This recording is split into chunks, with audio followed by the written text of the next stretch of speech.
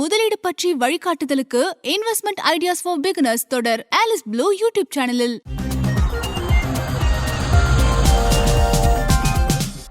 நாணய விகடன் சேனல் நேயர்களுக்கு அன்பார்ந்த வணக்கங்கள். ஸோ நம்ம இந்த காலத்தில் DIYன்னு சொல்லுவாங்க, டூ இட் யுவர் செல்ஃப். அது எல்லாருக்குமே ஒரு பிடித்தமான விஷயமா இருக்குது. நம்மளுக்கு ஒரு போர்ட்ஃபோலியோ க்ரியேட் பண்ணி அது நம்மளுக்கு தேவையான அசெட் கிளாஸஸ் எல்லாம் சேர்க்கறத பற்றி நம்ம பேசிட்டு வந்துட்டு இருக்கோம்.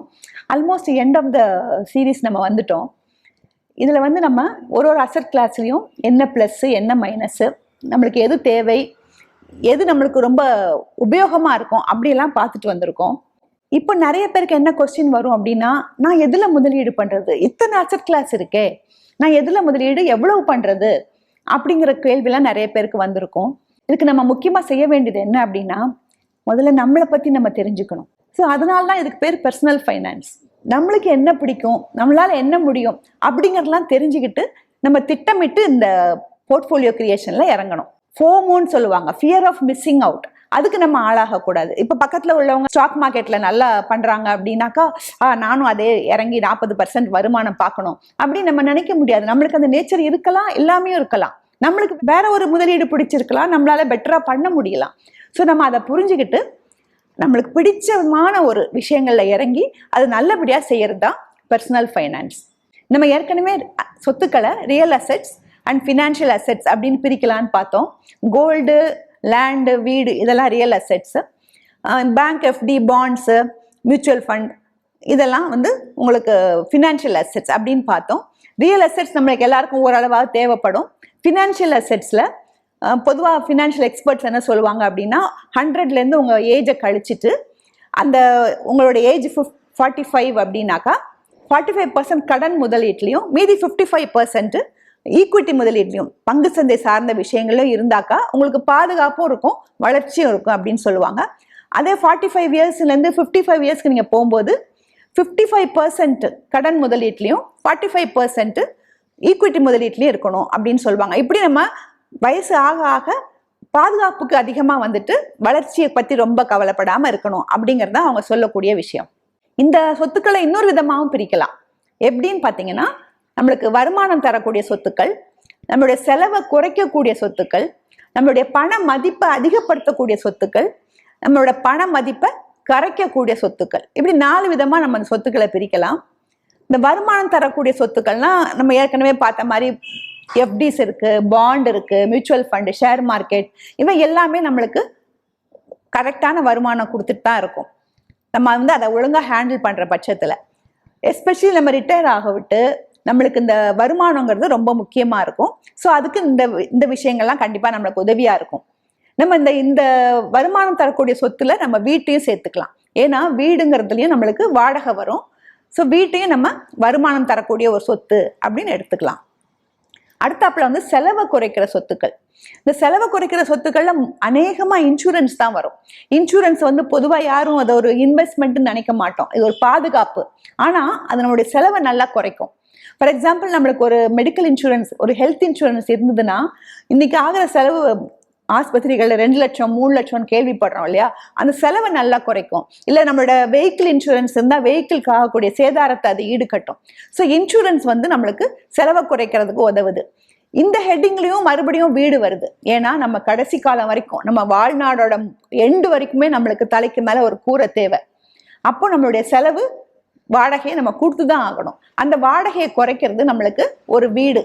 ஸோ வீடுங்கிற சொத்து நம்மளுக்கு செலவை குறைக்கிற வழியிலையும் நம்ம கிட்ட வருது. 3ஆவதா நம்ம பார்க்கக்கூடியது நம்மளுடைய பண மதிப்பை அதிகப்படுத்தும் சொத்துக்கள்.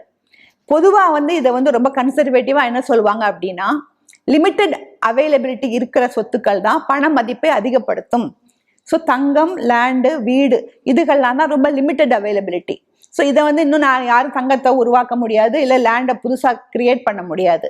அதனால இதுதான் நம்ம கடைசி வரைக்கும் நம்மளுக்கு உதவ போகிறது, நம்மளோட பண மதிப்பை நல்லாவே அதிகப்படுத்தக்கூடியது அப்படிம்பாங்க. நம்ம முன்னோர்கள்லாம் மண்ணில் போடு பொண்ணில் போடுன்னு சொன்னதெல்லாம் இந்த காரணம் தான். ஸோ இதெல்லாம் தான் பண மதிப்பை அதிகப்படுத்தக்கூடிய சொத்துக்கள். பண மதிப்பை குறைக்கக்கூடிய சொத்துக்கள் என்ன அப்படின்னு பார்த்தோம்னா, ஒரு high and bike, high and car, இல்லை ஃபோன், இல்லை வீட்டில் வைக்கிற கேட்ஜெட்ஸ், இது எல்லாமே வந்து நம்மளோட பண மதிப்பை குறைக்கும்.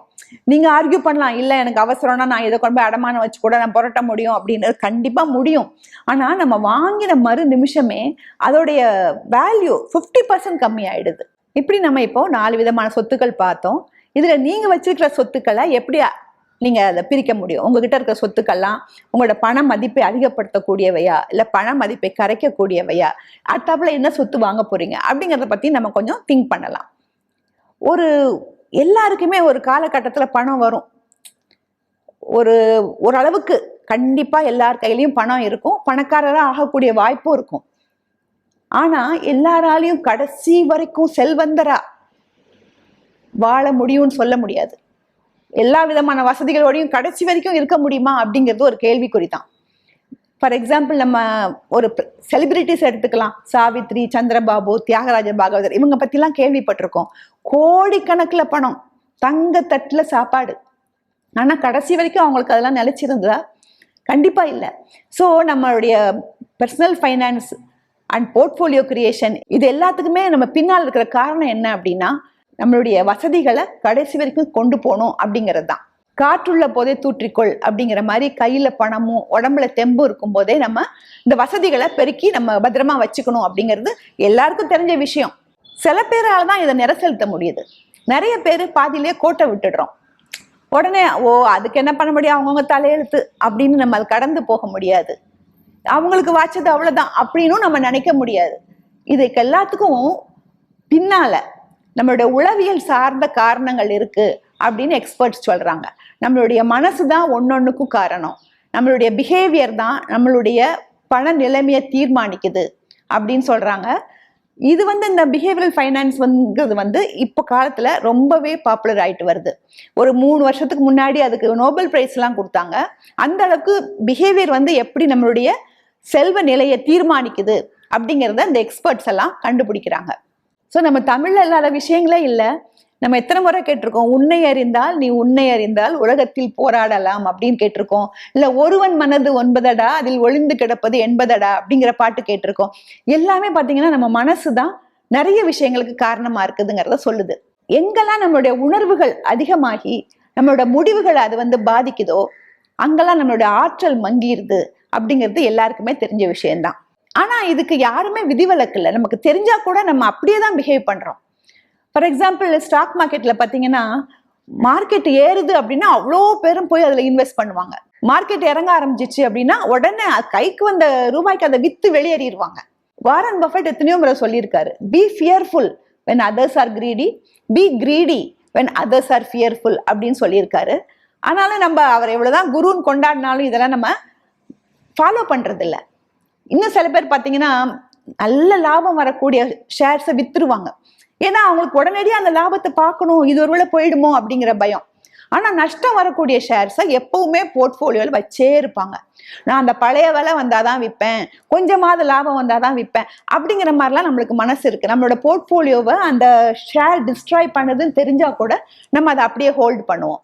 இதெல்லாமே மனப்பிழை அப்படின்னு சொல்றாங்க, பயஸ் அப்படின்னு சொல்றாங்க. ஸோ இந்த மாதிரி ஒரு 21 பயஸ் கண்டுபிடிச்சிருக்காங்க. ஃபார் எக்ஸாம்பிள், நம்ம ஒரு பொருளை வாங்கிட்டோம், ஒரு சொத்தை வாங்கிட்டோம் அப்படின்னா அது தவறு, நம்ம வாங்கினது சரியில்லை அப்படின்னு தெரிஞ்சா கூட நம்ம சாதிப்போம், இல்லை நான் பண்ணது ரைட்டு தான், அது கரெக்டான சொத்து தான் அப்படின்னு நம்ம சொல்லுவோம். இதுக்கு என்டோமெண்ட் பயஸ் அப்படின்னு சொல்லுவாங்க. இன்னெல்லாம் நம்ம சில சமயத்துக்கு ஒரு தவறான முடிவை எடுத்துருவோம். ஈவன் இந்த அரசியல் கட்சியில கூட பார்த்தீங்கன்னா நம்ம ஒரு தவறான கட்சியை ஆதரிச்சிருவோம். அதுக்கப்புறம் நம்ம என்ன பண்ணுவோம், அந்த கட்சிக்கு நல்லதா யார் பேசுறாங்களோ அதை மாத்திரம்தான் கவனிப்போம். அதே மாதிரி இன்வெஸ்ட்மெண்ட்லயும் நம்ம ஒரு தவறான இன்வெஸ்ட்மெண்ட் எடுத்துட்டு இல்லை அது கரெக்டான இன்வெஸ்ட்மெண்ட் தான் எங்கெல்லாம் நியூஸ் வருதுன்னு பார்த்து அதை மாத்திரம் ஃபாலோ பண்ணுவோம். இதுக்கு காக்னிட்டிவ் டிசோனன்ஸ்ன்னு சொல்லுவாங்க.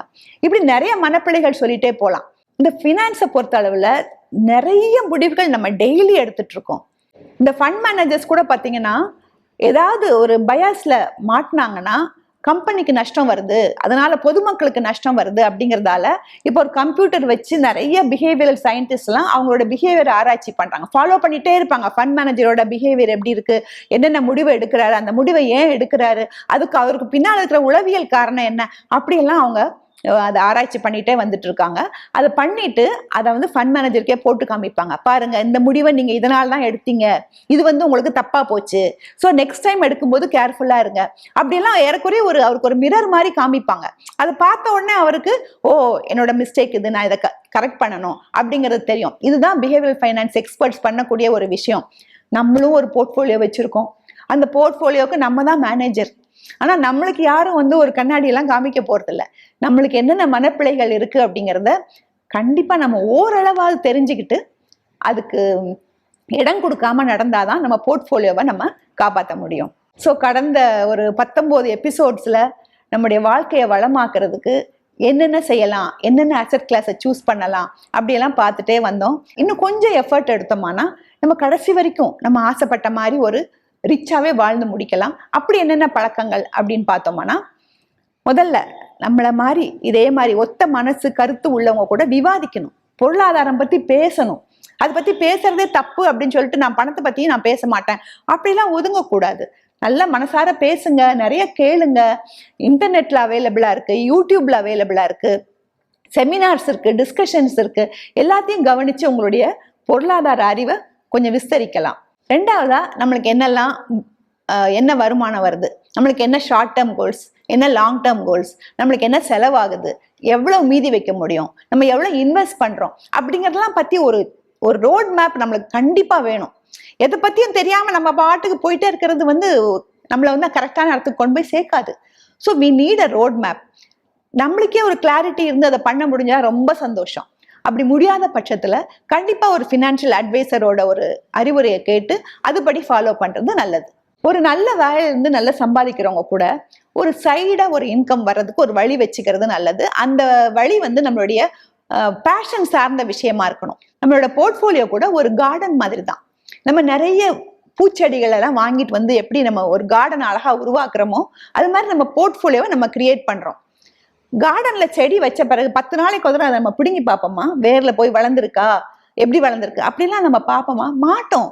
அது வந்து செடிக்கு ரொம்ப டெட்ரிமெண்டலா இருக்கும். ஆனா நம்மளோட முதலீடுகளை மாத்திரம் நம்ம அப்படிதான் பார்த்துட்டு இருக்கோம். ஏதாவது ஒரு சின்ன கொஞ்சம் செட்பேக் இருக்குன்னு தெரிஞ்சா உடனே அந்த முடிவை மாத்தி அதை வித்து வெளியேறி இந்த மாதிரி நிறைய குழப்பங்களை நம்மளே உண்டாக்கிட்டு இருக்கோம். எந்த சொத்து அசெட் கிளாஸா இருந்தாலும் அது வளர்றதுக்கு தகுந்த கால அவகாசத்தை நம்ம கண்டிப்பா கொடுக்கணும். ஸோ இன்னைக்கு காலகட்டத்தில் சராசரி இந்தியரோட வயசு 76ன்னு சொல்றாங்க. ஸோ நம்ம ரிட்டையர் ஆயிட்டு கிட்டத்தட்ட 20 வருஷம் நம்மளுடைய ஓய்வு காலத்தில் இருக்க போறோம்.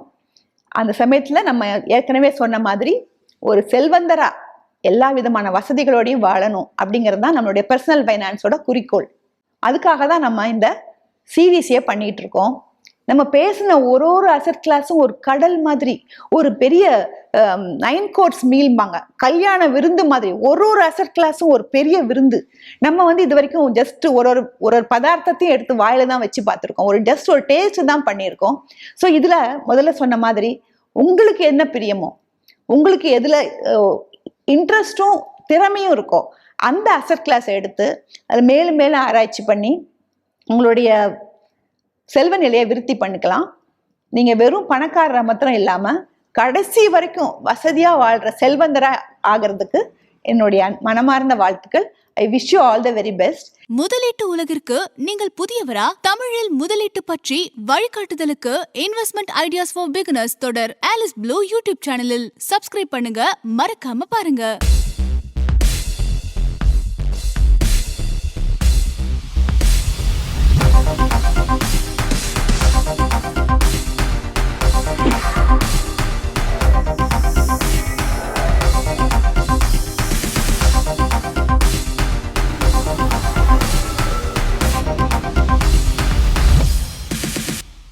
மேலும் நானே விகடன் யூடியூப் சேனல்ல வரப்போற பிசினஸ் மற்றும் பினான்ஸ் சம்பந்தமான வீடியோக்களை உடனே பார்க்க இந்த வீடியோ கீழே உள்ள சப்ஸ்கிரைப் பட்டனை கிளிக் பண்ணுங்க அண்ட் மறக்காம அந்த பெல் ஐக்கனையும் கிளிக் பண்ணிடுங்க.